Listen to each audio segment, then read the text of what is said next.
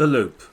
Forming a loop allows the fly line to carry and present the fly precisely and in a controlled manner over a required distance.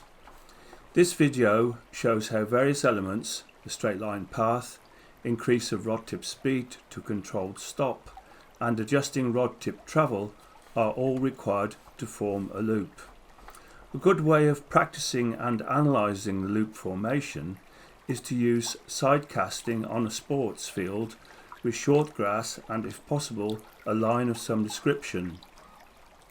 The chalk line of a pitch is ideal, but a tape or string can also be used. Casting on the side allows both the forward and back cast to be viewed and perfected. It is a simple matter to transfer the movements to an upright or inclined casting plane later. To begin with, strip some line off the reel and place it in coils on the ground. This is achieved by repeatedly pulling line off the reel and then allowing the line to slide through the palm of the hand as it returns to the reel to pull off more line. Next, move the rod tip backwards and forwards whilst allowing the line to feed through the rod rings.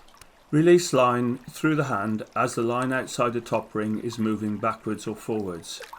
Eventually, the line outside the rod tip will be long enough to allow a loop to be formed, and at this time the rod movement is increased in the direction of the cast and a pause is introduced to allow the loop to form and roll out.